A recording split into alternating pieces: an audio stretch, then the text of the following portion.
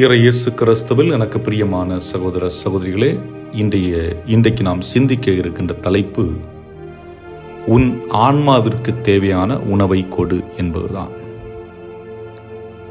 இங்கே நாம் பார்க்கின்ற பொழுது மக்கள் இயேசுவை தேடுகிறார்கள்.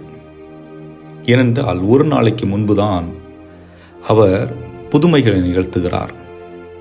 இயேசு 5000 ஆண்களுக்கும் பெண்களுக்கும் குழந்தைகளுக்குமாக 5 அப்பத்தையும் 2 மீன்களையும் பலுகி பெருகச் செய்து அவர்களுக்கு கொடுக்கின்றார். ஆக மீண்டும் இயேசுவிடத்திலே சென்றால் உணவு கிடைக்கும் என்ற ஒரு எண்ணத்திலே அவர்கள் இயேசுவை தேடுகிறார்கள். ஆக ஒன்று உணவுக்காக தேடலாம், இன்னொன்று ஆசீர்வாதத்திற்காக அவர்கள் தேடியிருக்கலாம். ஆனால் எதற்காக அவர்கள் தேடினாலும் உடலுக்கு தேவைக்குரிய ஒன்றிற்காக தேடுகிறார்களே ஒழிய ஆன்மாவிற்கு தேவையான ஒன்றிற்காக அவர்கள் தேடவில்லை. ஆகவே தான் ஆண்டவர் இயேசு கிறிஸ்து என்ன சொல்லுகின்றார்? நீங்கள் என்னை எதற்கு தேடுகிறீர்கள் என்று எனக்கு தெரியும், உணவுக்காக. ஆனால் அதற்காக என்னை தேடாதீர்கள், முடிவில்லா வாழ்வு பெறுவதற்காக என்னை தேடுங்கள் என்று சொல்லுகின்றார். இன்று நமது குடும்பத்தை நாம் எடுத்துக்கொள்வோம்.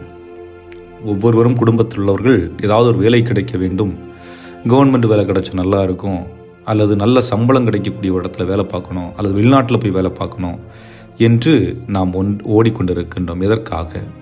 உணவுக்காக, நல்ல வீடு கட்டுவதற்காக, நல்ல ஒரு இடத்தை வாங்கி சொகுசாக வாழ்வதற்காக என்று இந்த உலக காரியங்களில் முக்கியத்துவம் கொடுத்து அவற்றிற்காக உழைத்து கொண்டிருக்கின்றோம்.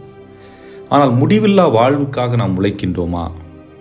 உணவுக்காக மட்டும் உழைக்கின்றோம் என்றால் இந்த உலகில் வாழ்வதற்காக மட்டுமே உழைக்கின்றோம். ஆனால் இந்த வாழ்விற்கு பிறகு ஒரு வாழ்வு இருக்கிறது. அந்த வாழ்வை பெறுவதற்கான முடிவில்லா வாழ்வுக்காக நாம் உழைக்கின்றோமா என்பது போன்ற கேள்விதான் இயேசு நம்மிடம் கேட்கின்ற ஒன்றாக இருக்கின்றது. ஆன்மீக தேவை என்பது என்று எதை சொல்லலாம்?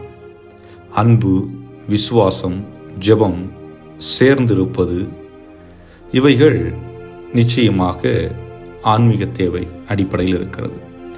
அதேபோன்று நம்முடைய குடும்பத்தில் உள்ள குழந்தைகளுக்கு கடவுள் நம்மோடு எப்படி செயல்படுகிறார், கடவுளுக்கும் நமக்குமான உறவு என்ன, கடவுளை நம்மில் நாம் எப்படி கொண்டிருக்க வேண்டும் என்பதை சொல்லிக் கொடுப்பதன் மூலமும் நாம் ஆன்மீக தேவைகளை குழந்தைகளுக்கு நிறைவு செய்கிறோம் என்பதுதான்.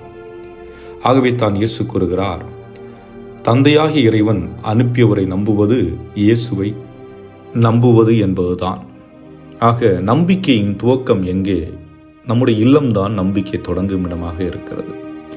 எப்பொழுது குடும்பத்திலே சேர்ந்து ஜெபிக்கிறோமோ, எப்பொழுது குடும்பத்தில் ஒருவரை மன்னித்து வாழுகின்றோமோ, எப்பொழுது நம்முடைய குடும்பத்திலே அன்பு செய்து பொறுமையில் வாழுகின்றோமோ, இவைகளெல்லாம் உண்மையிலேயே நம்பிக்கையின் ஆதாரமாக அடித்தளமாக இருக்கிறது. ஆகவே அன்புக்குரியவர்களே, நமது உணவு என்று சொல்லுகின்ற பொழுது, நம்முடைய ஆன்மாவிற்கான உணவு என்று சொல்லுகின்ற பொழுது ஆண்டவர் இயேசு கிறிஸ்து மட்டும்தான். ஏனென்றால் உடல் ஆனது இந்த உலகை சார்ந்ததை தேடும், ஆனால் ஆன்மா இந்த உலகு சார்ந்ததில் நிறைவு கொள்ளாது. அது இறைவனில் மட்டும்தான் நிறைவு கொள்ளும்.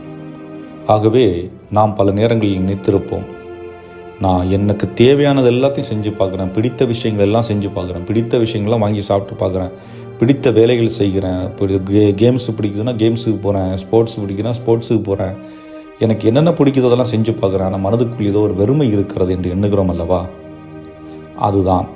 அது காரணம் என்னவென்றால், எனது ஆன்மா இந்த உலகு சார்ந்தவற்றில் நிறைவு கொள்ளாது. அது இறைவனோடு சங்கமிக்கின்ற பொழுது தான் நிறைவு கொள்ளும். ஆகவே ஆன்மா இறைவனை தேடுகிறது, உடல் இவ்வுலக இன்பத்தை தேடுகிறது.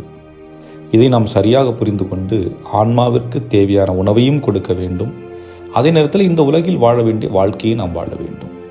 இரண்டும் இணைந்து சமமாக செல்லுகின்ற பொழுதுதான் வாழ்க்கை அழகாக நிம்மதி உள்ளதாக இருக்கும் என்பதுதான். ஆகவே தான் இன்றைய நற்செய்தி நம்ம கொடுக்கின்ற செய்தி, உன் ஆன்மாவிற்கு தேவையான உணவை கொடு. ஆன்மாவை இறைவனிடத்தில் நீ ஒப்புக் கொடுக்கின்ற பொழுது, இறைவன் ஆன்மாவில் நிரம்பி இருக்கின்ற பொழுது நீ மகிழ்ச்சியாக இருப்பாய் என்பதை சிந்தித்தவர்களாக இறைவனிடத்தில் ஒப்புக் கொடுத்து மன்றாடுவோம். ஆமென்.